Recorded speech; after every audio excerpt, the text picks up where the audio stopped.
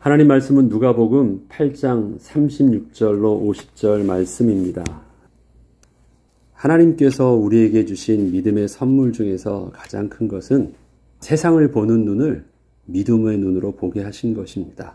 달라진 세상을 사는 것은 보는 눈이 달라진 것이지 세상이 달라진 것이 아닙니다.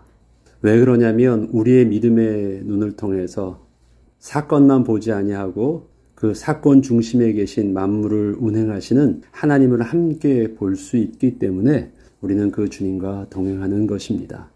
이전에는 우리의 삶이 그냥 사건이 안 일어나면 또 우리에게 어려운 일이 안 생기면 그것이 다 좋은 것인 줄 알았습니다. 그래서 드러나 보이는 모든 삶의 문제와 행복에 우리는 피하고 또 잠시 기뻐하기도 하며 그렇게 일희일비했는데 우리가 주님의 은혜 가운데 믿음의 눈을 열어 세상을 보게 되었을 때는 그 어느 것 하나 합력하여 선을 이루시는 하나님의 은혜가 아닌 것을 보았기 때문에 모든 것을 통해서 우리는 하나님의 은혜의 축복을 누리게 된 것입니다. 세상의 법은 잘못을 한 그 사실 자체를 가지고 죄에 있다고 하지 않습니다. 아니, 죄에 있다고 할 수가 없습니다. 이것은 그 잘못이 법에 의해서 정죄함을 받기 전까지는 그는 죄인이라 규정할 수 없기 때문입니다. 사람들은 이것을 악용하여 정말 자신이 악한 죄를 지었음에도 불구하고 법의 허점을 파고들어서 스스로 정죄함을 면하는 경우도 많이 있습니다. 그리고 이러한 악함이 아니더라도 하나님을 떠나 죄로 부패한 일반적인 사람들의 그 성향은 만약에 자기가 지은 죄가 사람들에게 드러나지 않고 숨겨져 있다면 이상하게도 죄를 지었다는 생각을 스스로 잘 못하기도 합니다. 이 때문에 사람들은 자신의 숨겨진 죄가 드러나기 전까지는 사람들 앞에서 별 어려움 없이 당당하게 지내기도 합니다. 이처럼 세상의 죄는 법에 의해서 결정이 되거나 아니면 사람들에게 자신의 죄가 드러날 때 죄를 인식하게 되거나 또 그것에 대해서 정죄함을 받고 그에 따른 형벌을 받거나 사회적 불이익을 당하게 되지만 하나님 앞에서의 죄는 단지 율법에 근거하여 정죄를 받게 될 때 결정되는 것이 아니라 그 죄를 짓게 될 때 사회적 정죄함과 상관없이 이미 하나님의 거룩성을 훼손한 상태가 되므로 죄인인 것입니다. 성경이 고발하고 있는 인간의 죄는 아담의 범죄함으로 시작된 그 원죄로부터 출발을 합니다. 우리는 이미 죄로 인하여 부패한 육신의 몸을 입고 태어난 것입니다. 우리의 실존이 이미 거룩하신 하나님과 함께 할 수 없던 죄인인 것입니다. 그런데 이처럼 죄인으로 태어났음에도 불구하고 그 죄를 인식하지 못하는 것은 거룩하신 하나님을 처음부터 대면할 수 없는 죄인된 존재로 태어났기에 거룩하신 하나님 앞에 설 때만 드러나는 인간의 부정함과 죄의식을 느낄 수 없었던 것입니다. 사람들에게 문제의식이 있다라는 것은 뭐냐면 그 문제가 아닌 정상적인 것을 봤을 때 지금 내 모습이 문제가 있다라고 인식을 합니다. 그러나 처음부터 그 모습대로 살면 그것은 정상이지 그것이 문제의식을 느끼질 못합니다. 인간에게서 죄의식이 없다? 왜 그렇습니까? 처음부터 하나님을 떠나서 죄된 세상에서 똑같이 살고 있기 때문에 그렇습니다. 그러나 이 죄의식은 언제 느껴질까요? 세상에서는 구별된 하나님의 거룩하심 앞에 노출될 때 내가 문제 있다라는 것을 발견하는 것입니다. 하나님께서 하나님의 백성을 부르실 때 제일 먼저 주시는 그 은혜의 선물은 거룩하신 하나님의 영광의 빛을 비추사 하나님 앞에 설 수 없던 우리의 본질적인 죄를 드러내어 보게 하시는 것입니다. 하나님께서 다가오시면 제일 먼저 우리에게 어떤 영향을 받을까요? 하나님의 거룩한 영광의 빛 앞에 우리가 노출되는 것입니다. 그래서 어둠 속에서 보지 못했던 내 모습이 확 보여지는 것이에요. 영광의 빛을 보니까 내가 막 영광스럽게 확 기뻐하겠습니까? 어둠 속에선 보지 못했던 나의 부정함이 그 영광 빛 앞에서 드러나는 것입니다. 그런데 그것을 저는 하나님이 제일 먼저 주시는 은혜의 선물이라고 표현을 했습니다. 이유는 이것은 하나님의 거룩하심에 노출된다는 것이 그 거룩에 대비하여 인간의 부정함이 반드시 드러나는 것이기 때문인데 그렇기 때문에 거룩하신 하나님을 본다는 것은 우리의 죄를 본다는 것과 다르지 않은 것이기 때문입니다. 하나님을 본다? 그 말은 뭐예요? 나 자신을 본다. 나 자신을 정확하게 볼 수 있게 되었다라는 말과 다르지 않은 것입니다. 하나님을 아는 지식은 그래서 사람을 올바로 아는 지식과 아주 밀접하게 연결되어 있습니다. 동전의 양면과 같습니다. 내가 나를 잘 안다고요? 나보다 나를 잘 아는 사람이 없다고요? 아닙니다. 내가 하나님을 알지 못하면 내가 나도 정확하게 알지 못합니다. 하나님을 우리가 알게 될 때 하나님 앞에 설 수 없는 나의 죄인된 나의 실존의 모습을 그때서야 제대로 보게 되고 그때서야 내가 죄로 오염된 부패된 육신이라는 것도 제대로 알게 되고 부패된 죄의 본성 속에서 나오는 죄의 열매 속에 시기와 탐욕과 불의와 악함과 세상에서 모든 우리가 고상하지 않다고 생각하며 악하다고 정죄하는 모든 내용들이 다 어디서부터 나오냐? 죄의 본성에서 나오는 열매들이라는 것을 그때 알게 됩니다. 나는 고상하다고요? 내가 하나님 앞에서 온전히 나의 죄 문제가 회복되지 아니하면 우리는 우리의 고상함 속에서 교묘하게 감춰져 있을 뿐이지 나는 다르다는 것이 아닙니다. 나는 다르지 않은 것입니다. 정죄를 받는다는 것은 사람들 앞에서 자신의 죄가 드러났음을 의미합니다. 그렇기 때문에 세상 사람들은 자신의 부끄러움 드러나는 것을 극도로 싫어합니다. 그러나 하나님의 영광의 빛에 노출되어 자신의 부정함을 보게 된 자들은 그 영광의 빛으로 가까이 나아가기 위하여 기꺼이 자신의 죄를 드러내어 하나님의 은혜를 구하게 됩니다. 성경은 이와 같이 하나님의 영광의 빛에 의하여 자신의 죄인됨이 드러나게 될 때 자신의 죄를 감추려 어둠으로 숨지 않고 오히려 그 영광의 빛 앞으로 나아가려 하는 자들을 향해서 하나님의 택하신 빛의 자녀들이라고 하는 것입니다. 그래서 우리는 하나님의 말씀 속에서 너 죄 있다라고 말씀하실 때 우리는 그것을 통해서 이를 갈거나 부정하거나 스스로를 거부하지 않습니다. 오히려 맞습니다. 내가 하나님 앞에서 죄인입니다. 그렇기 때문에 나는 주님의 은혜가 필요합니다. 주님 도와주세요 하며 오히려 그 말씀 속에서 영적인 안정감을 취하며 주의 도우심으로 나아가는데 세상은 그렇지가 않습니다. 하나님의 영광의 빛이 비추어질 때 성경은 그 반응을 어떻게 말하고 있냐면 저들이 이를 갈았다라고 합니다. 저와 여러분은 빛의 자녀들입니다. 그래서 하나님의 그 빛 앞에서 우리는 예민하게 반응을 하는 것입니다. 예수님을 따르던 많은 무리들의 갈급함은 주로 육신적인 문제였습니다. 질병이 있거나 귀신이 들렸거나 사회적으로 가난하였거나 이러한 문제들이 대부분이었습니다. 그런데 특별히 당시에 고칠 수 없던 불치병을 가진 자들이거나 날 때부터 장애를 가지고 태어난 사람들 아니면 또 특별한 귀신이 들린 자들은 자신의 육신의 문제도 힘이 들었지만 그에 대해서 율법적으로 하나님께 저주를 받은 자라는 오명까지 뒤집어 쓰고 있었기에 사회생활이 더더욱 힘들었습니다.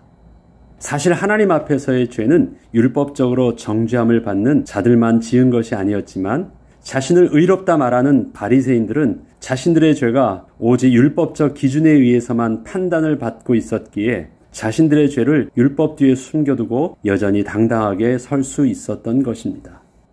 오늘 본문은 사회적으로 죄인이라고 확실하게 정죄를 받고 있는 한 여인이 바리새인 집에 찾아가 그 집에서 식사를 하고 있는 예수님을 만나 은혜를 구하게 된 사건을 기록하고 있습니다. 다른 사람들이 예수님을 찾게 되었을 때는 대부분 육신의 문제 때문에 찾아갔습니다. 병고침을 걷거나 아니면 귀신을 쫓아내거나 아니면 여러 가지 많은 육신적인 문제를 가지고 그 갈급함 때문에 갔는데 지금 이 여인이 간 것은 그런 육신적인 병고침이나 다른 어떤 무리들의 그 갈급함 때문에 간 것과는 근본적으로 달랐습니다. 무엇 때문에 갑니까? 이 죄를 사해달라고 해서 가는 거예요. 다른 사람들은 예수님께 나아가기 위해서 오히려 자신의 죄도 안 지은 척 감추고 자기는 괜찮은 척 하면서 예수님께 나아가서 자기도 하나님의 은혜를 받을 자격이 있습니다 하며 어필하고 있는데 이 여인은 그러한 모든 세상 사람들이 갈급해하는 것은 내려놓고 예수님께 나가서 나 죄인입니다. 죄 용서해 주세요. 그것만을 구하고 있어요. 그래서 굉장히 특별한 입장에서 예수님께 접근을 하고 있는 것입니다. 그래서 오늘의 본문이 좀 일반적인 사람들이 예수님께 나아가는 것과는 다른 특별한 만남이 있는 것입니다. 그 가운데 바리새인과 그 죄인된 여인을 비교하고 있는 것입니다. 그 여인은 어떤 사람입니까? 그 동네에 죄를 지은 한 여자가 예수를 찾아가 그의 발에 향유를 부었다라는 것입니다. 누가복음 7장 36절로 38절을 보면 한 바리새인이 예수께 자기와 함께 잡수시기를 청하니 이에 바리새인의 집에 들어가 앉으셨을 때 그 동네에 죄를 지은 한 여자가 있어 예수께서 바리새인의 집에 앉아 계심을 알고 향유 담은 옥합을 가지고 와서 예수의 뒤로 그 발 곁에 서서 울며 눈물로 그 발을 적시고 자기 머리털로 닦고 그 발에 입 맞추고 향유를 부으니.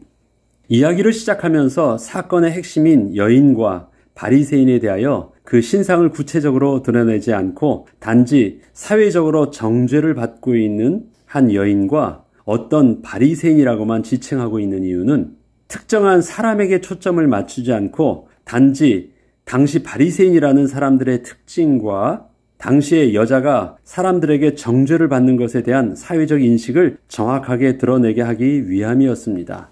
이것은 한 사람의 그 특징이 아니라 사람들이 가지고 있는 당시의 보편적인 죄에 대한 시각과 보편적인 바리새인들에 대한 그 정서가 어떤 것인지를 말해주려고 하는 것입니다. 한 여자가 온 동네 사람들에게 정죄를 받고 사회적으로 배척을 받을 정도라는 것은 율법적으로 심각한 죄를 지은 것입니다.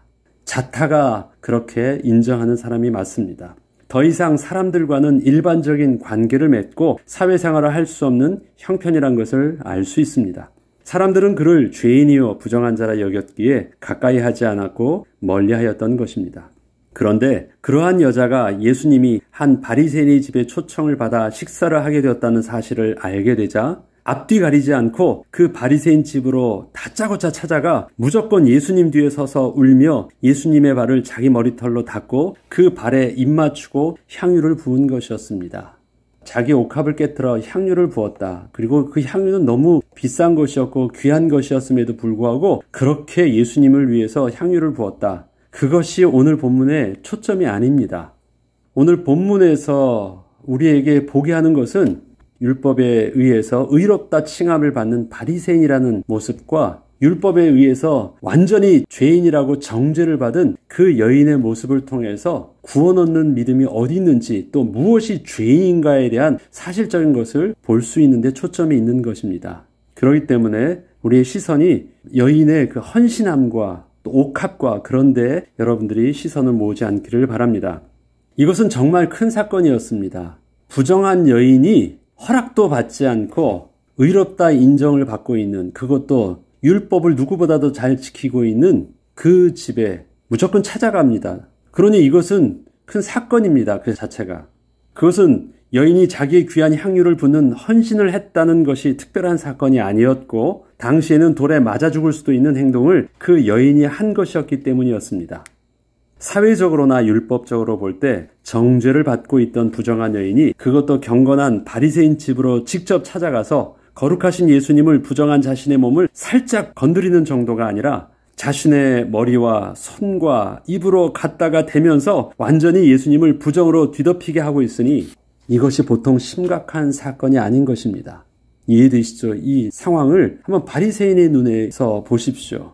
우리는 그냥 헌신의 눈으로만 봤으니까 여인이 참 소중하게 예수님께 나와서 헌신했다라고 하는데 이것은 지금 집이 어디입니까? 바리새인의 집입니다. 그리고 그 바리새인이 예수님을 제대로 알고 있는 것도 아닙니다. 그리고 그는 죄인입니다. 초청받지 않은 죄인입니다. 막 그 부정한 손으로 얼굴로 막 뒤범벅하고 있습니다. 얼마나 당황스럽고 황당한 일입니까? 그래서 그 헌신으로 보이지 않고 완전히 미친 행동으로 보이는 것입니다. 그거는. 그런데 바리새인은 이 모습에 대해서 그 심중에 예수님에 대해서 동일하게 그 여인과 동급 취급을 하는 모습을 봅니다. 누가복음 7장 39절에 보면 예수를 청한 바리새인이 그것을 보고 마음에 이르되 이 사람이 만일 선지자라면 자기를 만지는 이 여자가 누구며 어떠한 자 곧 죄인인 줄을 알았으리라 하거늘. 예수를 초청했던 바리새인은 그 부정한 여인을 이미 알고 있었기에 지금 예수님께 다가와서 울며 눈물로 예수님의 발을 적실 정도로 자신의 죄를 회개하며 그 발에 입을 맞추고 귀한 향유를 붓고 있는 여인의 모습을 있는 그대로 진실되게 볼 수 없었습니다. 오히려 그 여인의 모든 행동을 부정하게 보고 있었고 그것도 눈치채지 못하고 그저 여인의 헌신을 그대로 받고 있는 예수님에 대하여 과연 하나님이 보내신 선지자가 맞는가 의심을 하게 된 것입니다. 분명히 하나님이 보내신 거룩한 자의 영권이 있다면 이 여인이 그 죄가 딱 느껴질 텐데 그것도 모르고 예수님이 가만히 그 여인의 헌신을 그대로 받아들이고 있는 것을 보니까 예수님 혹시 가짜 아니야? 그 마음에 그렇게 느끼고 있었어요. 이렇듯 바리새인은 자신이 예수를 정죄하는 줄 알았지만 오히려 예수님과 죄에 대한 자신의 율법적 시각을 가지고 스스로 하나님 앞에서 죄인임을 드러내 보이고 있었을 뿐이었습니다. 성경은 그 정죄하고 있는 바리새인의 모습을 통해서 그가 어떻게 겉으로는 의로운 척하고 있지만 하나님 앞에서 구원을 얻을 수 없는 죄인인지를 자기 입으로 말하고 있었던 것입니다.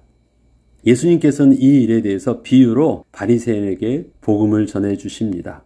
누가복음 7장 40절로 48절을 제가 다시 한 번 더 읽어보겠습니다. 예수께서 대답하여 이르시되 시몬아 내가 내게 이를 말이 있다 하시니 그가 이르되 선생님 말씀하소서. 이르시되 빚 주는 사람에게 빚진 자가 둘이 있어 하나는 500데나리온을 졌고 하나는 50데나리온을 졌는데 갚을 것이 없으므로 둘 다 탕감하여 주었으니 둘 중에 누가 그를 더 사랑하겠느냐. 시몬이 대답하여 이르되 내 생각에는 많이 탕감을 받은 자니이다. 이르시되 내 판단이 옳다 하시고 그 여자를 돌아보시며 시몬에게 이르시되 이 여자를 보느냐. 내가 내 집에 들어올 때 너는 내게 발 씻을 물도 주지 아니하였으되 이 여자는 눈물로 내 발을 적시고 그 머리털로 닦았으며 너는 내게 입맞추지 아니하였으되 그는 내가 들어올 때로부터 내 발에 입맞추기를 그치지 아니하였으며 너는 내 머리에 감람유도 붓지 아니하였으되 그는 향유를 내 발에 부었느니라. 이러므로 내가 내게 말하노니 그는 그의 많은 죄가 사하여졌도다. 이는 그의 사랑함이 많음이라. 사함을 받은 일이 적은 자는 적게 사랑하느니라. 이에 여자에게 이르시되 내 죄 사함을 받았느니라 하시니. 지금 여인이 예수님께 나아온 것은 자신의 죄를 예수님께 탕감을 받아서 감사함으로 예수님께 나와 그렇게 헌신하고 있는 것은 아니었습니다. 그녀는 예수님께 나와 자신의 죄를 사함 받기를 원했기에 그렇게 나아왔고 그렇게 울며 회개하고 헌신하고 있었던 것입니다. 이것은 예수님이 자신의 죄를 사하실 수 있는 하나님의 아들이심을 믿지 않았다면 절대 할 수 없었던 행동이었던 것입니다. 예수님은 심중에 자신을 정죄하고 있던 바리새인에게 비유를 통하여 율법적 시각으로만 여인의 행동을 바라보고 있는 바리새인의 생각을 바꾸어 주시고자 하셨습니다. 많이 탕감을 받은 자가 많이 사랑한다는 것은 다른 표현으로 하자면 많이 탕감을 받아야 하기 때문에 많이 사랑할 수밖에 없다는 것을 말하기도 합니다. 그만큼 많이 더 간절하다라는 것입니다. 그렇기 때문에 그 여인의 행동이 아직 탕감을 받지 않았어요. 그런데 그 예수께서 죄를 사해 주시는 분인 줄 알고 자기 죄가 너무 컸기 때문에 더 갈급한 모습으로 그 앞에 나아갔고 그렇게 더 갈급한 모습으로 은혜를 구하였다라는 말입니다. 그러면서 이 얘기를 합니다. 너는 나에게 내가 들어올 때 나의 발도 씻겨주지 않았고 나에게 그 여인처럼 감람유도 발라주지 않았고 너는 나에게 그렇게 하지 않았잖아. 물론 지금 바리새인도 예수님을 특별히 초청해서 음식을 대접하고 있잖아요. 그렇지만 비교를 한 것입니다. 50데나리온과 500데나리온을 비교하면서 누가 더 간절할까? 누가 더 은혜가 있을까? 지금 저 여인을 죄인이라고 말하지만 그리고 당신이 의인이라고 말하지만 맞다. 저 여인은 자기가 죄인이라는 것을 더 알고 있기 때문에 그 죄 문제가 사함받기 위해서 그렇게 크게 주 앞에서 몸부림치고 있는 거야. 은혜를 구하고 있는 것이야. 너는 아무것도 안 했지? 그건 뭐냐면 너는 지금 죄가 없다라고 말하고 있는 것이야. 바리새인은 여인이 죄인이기 때문에 자신의 부정을 남에게 전달하지 않고 스스로 격리하는 것이 율법적으로 그나마 하나님의 은혜를 얻는 방법이라 생각을 하고 있었지만 하나님을 떠난 인간의 죄 문제는 하나님께서 친히 죄를 사해 주지 않으시면 절대 불가능한 것이었기에 오히려 더더욱 자신의 부정만 씻어달라고 예수님 앞으로 나와 회개하며 은혜를 구하는 것이 중요함을 알려주신 것이었습니다. 율법은 부정한 것에 대해서 사함을 얻을 수 있습니다. 병의 고침을 받으면 또 부정이 사해지기도 하고 부정한 행동을 했으면 율법에 의해서 또 제사를 통해서 부정을 사해질 수도 있습니다. 그런데 불치병은 좀 다릅니다. 날 때서부터 저주를 받은 것처럼 보이는 그런 핸디캡으로 태어난 것은 다릅니다. 그것은 율법 속에서 사함을 받는 방법이 없어요. 불치병이잖아요. 낫지 않잖아요. 그러면 그것을 어떻게 여깁니까? 하나님께 저주를 받은 자라고 여깁니다. 제자들은 날 때부터 소경된 자에 대해서 예수님, 저 사람은 도대체 무슨 죄를 지었기에 날 때부터 저렇게 소경돼서 날 때부터 저렇게 태어났습니까? 그렇게 말합니다. 아예 저주를 받은 자라는 것입니다. 그들에 대해서는 뭐예요? 답이 없어요. 또 한 가지는 하나님께 용서를 받을 수 있는 죄도 있지만 지금 이 여인에게 있어서 이 정죄함은요, 끝난 것입니다. 용서가 안 되는 죄예요. 율법에 의해서 완전히 정죄함을 받아서 끝난 죄입니다. 그렇다면 어떻게 해요? 답이 없습니다. 율법을 통해서 할 수 있는 유일한 것은 뭐냐면 너 멀리 떨어져. 아니면 너 가까이 오면 너 죽어. 네 목숨이라도 부지하고 싶으면 너의 부정함이 다른 사람들을 부정하게 하지 않도록, 접촉하지 않도록 따로 떨어져 살아. 그것이 율법에서 그 여인에게 해줄 수 있는 마지막 답이었어요. 지금 바리새인이 그 여인에 대해서 해줄 수 있는 것은 그것이었습니다. 아니, 그나마 살라고 하면 격리돼서 살아야 되는데 그것도 못하고 붙어있어. 근데 지금 이 여인의 입장은 어떻게 해요? 아무도 도와줄 수 없고 아무런 답이 될 수 없는데 오직 누구만이 할 수 있는 일들이에요? 율법의 주인 되시는 하나님이시라면 하나님께서 그 법 위에서 용서해 줄 수 있어요. 예수님이 하나님의 아들이심을 알았기 때문에, 그래서 세상의 권위에 있는 당시 종교적 사회에서 율법의 권위를 뛰어넘고 예수님 앞에 나아간 것입니다. 그것은 그 여인에게 있어서는 죽음을 무릅쓴 행동이었습니다. 안 그러면 죽는 거예요. 그리고 그렇게 예수님 앞으로 나와 회개하며 은혜를 구하는 것이 정말 중요한 것임을 그 바리새인들과 함께 있었던 많은 바리새인들의 친구들에게 이 여인을 통해서 보여주시고자 하신 것입니다. 바리새인은 예수님을 그저 선지자 중에 한 사람으로만 이해하고 있었지만 그 여인은 예수님을 자신의 죄를 사해해 줄 유일한 하나님의 아들로 알고 있었기에 율법을 어기면서까지 죽음을 무릅쓰고 예수님께 가까이 다가간 것이었습니다. 이러한 여인의 행동에 대하여서 오직 예수님만 알 수 있으셨기에 예수님은 그 여인을 향하여 이렇게 말씀하신 것입니다. 이에 여자에게 이르시되 내 죄사함을 받았느니라. 다른 말로 하지 않았습니다. 내 죄사함을 받았느니라. 겉에 있는 행동은 무엇입니까? 여인의 회개였고 헌신이었습니다. 향유를 붓는 헌신이었습니다. 그런데 예수님이 그 입에서 꺼내어서 여인에게 해주는 말씀은 그 헌신에 대한 칭찬이 아니시라 죄사함을 받았다라는 말입니다. 여인이 예수님께 그렇게 마음을 다하여 어필한 것은 귀한 향유를 바치는 헌신의 행동이 아니었고 자신이 할 수 있는 모든 것을 가지고 예수님 앞에서 회개하며 죄사함의 은혜를 구하였던 것입니다. 이가 누구이기에 죄도 사하는가? 사람들이 예수님께서 뜬금없이 죄사함을 말씀하시니까 그것을 황당하게 여기는 것입니다. 누가복음 7장 49절로 50절을 보면 함께 앉아있는 자들이 속으로 말하되 이가 누구이기에 죄도 사하는가 하더라. 예수께서 여자에게 이르시되 내 믿음이 너를 구원하였으니 평안히 가라 하시니라. 예수님과 함께 식사를 하고 있던 바리새인 친구들은 예수님께서 율법에 의해서 정죄함을 받은 여인에 대하여 오히려 그 율법의 권위를 깨고 자신의 권위로 죄가 사함을 받았다고 하는 말을 듣자 황당함을 금할 수가 없었습니다. 아니, 율법을 하나님이 주신 것이기 때문에 율법의 권위를 깨고 자기가 오히려 너 죄사함을 받았다고 하면서 말씀을 하시니 이것은 신성모독을 하는 것과 다르지 않은 것이었습니다. 너무너무 황당한 것이었습니다.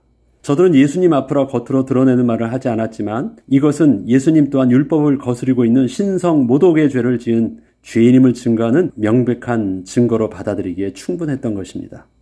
그러나 자신의 죄가 무엇인지조차 전혀 알지 못했던 바리새인들에게는 예수님의 죄사함의 복음이 그저 황당한 말에 지나지 않았으나 예수님이 그렇게 말씀하시는 것이 예수님께서 이 땅에 오신 분명한 이유였고 생명의 복음의 비밀이었는데 저들에게는 그것이 황당한 말이었을 뿐이었습니다. 예수님을 하나님의 아들로 믿고 예수님을 통하여 하나님의 은혜를 구하며 죄인된 자신의 모습이 죄사함 받기를 그렇게 원했던 여인에게는 예수님의 이 용서의 말씀이 생명과도 같은 복음이었습니다. 여인은 그렇게 많이 헌신하고 그렇게 많이 울면서 주님의 발을 붙들었던 것은 이 한마디 말씀을 듣고자 했던 것이거든요. 다른 칭찬을 듣기를 원한 것이 아닙니다. 다른 위로함을 받는 것이 아니었습니다. 그 어떤 것보다도 예수의 그리스도 되신 그 권위 속에서 해주실 수 있는 유일한 말씀, 여인아 내가 죄 사함을 받았으니 평안히 가라. 말씀하시는 그 생명의 복음을 듣기를 원했던 것이 여인의 그 간절한 열심을 다했던 헌신이었던 것입니다. 또한 예수님께서는 내 믿음이 너를 구원하였다 말씀하시며 그 여인의 그 헌신적인 행동 때문에 구원을 얻은 것이 아니라 자신의 죄를 사함받기 위하여 예수님을 하나님의 아들로 믿고 예수님께 나아온 그 사실 자체를 구원 얻은 믿음으로 여기시고 인정하여 주셨습니다. 여인의 헌신은 헌신 자체가 중요하지 않았고 그 헌신에 예수를 하나님의 아들이시요 그리스도로 믿는 믿음이 담겨 있었기에 소중한 것이었다면 주님 앞에 나아가는 우리의 열심과 헌신에도 온전히 예수 그리스도를 믿는 신앙의 고백 속에서 이루어질 수 있도록 기도해야 되겠습니다. 저와 여러분이 하나님께 기도하고 하나님께 은혜를 구하며 하나님의 음성을 듣기를 원합니다. 우리는 무엇이 갈급해서 하나님의 음성을 듣기를 원합니까? 사람들은 자기의 갈급함을 채우기 위해서 하나님께 그의 필요한 말씀을 주님을 통해서 또 주의 말씀을 통해서 듣기를 원하죠.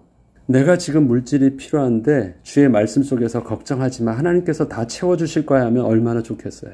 아멘 하고 내게 은혜가 될 것입니다. 내게 병이 있는데 나와서 내 병이 나았다 말씀하시면 얼마나 힘이 있겠어요. 그러나 거룩한 주의 백성이 주의 은혜를 사모하며 주 앞에 나아가서 정말 우리가 갈급하며 가장 우선적으로 가장 소중하게 들어야 될 주님으로부터 들려주시는 그 음성은 무엇일까요?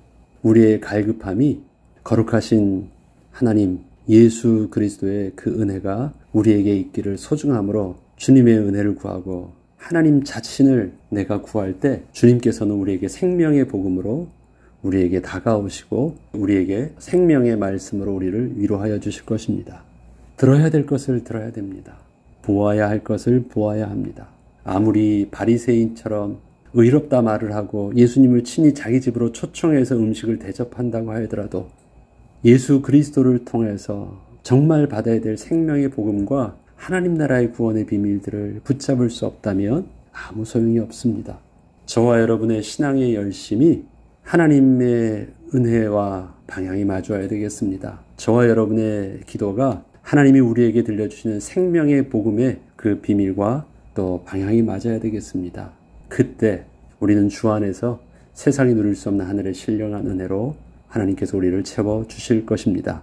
기도하겠습니다. 하나님 아버지, 하나님의 은혜를 구합니다. 세상이 알 수 없는 생명의 복음이, 세상이 알 수 없는 하나님의 구원의 비밀이, 세상이 알 수 없는 예수의 그리스도 되신 그 은혜의 비밀들이 우리에게 있어서 가장 소중한 생명이 되게 하시고 복음이 되게 하여 주셔서 우리의 열심을 통해서 다른 것을 주 앞에 구하지 아니하고 하나님 나라를 구할 때 하나님이 주시는 하늘의 신령한 은혜로 풍성하게 채워지는 은혜가 있게 하여 주시고 하나님 한 분만으로 만족하는 축복을 통해서 우리 영혼이 잘됨같이 우리가 범사에 잘되는 축복을 누리게 하여 주시옵소서. 2023년도가 하나님의 영광 속에 풍성에 젖어드는 한 해가 될 수 있도록 우리에게 믿음의 눈을 열어주시고 우리가 올바른 것에 올바른 복음에 집중할 수 있는 한 해가 되게 하여 주옵소서. 감사드리며 우리 주 예수 그리스도 이름으로 기도합니다. 아멘.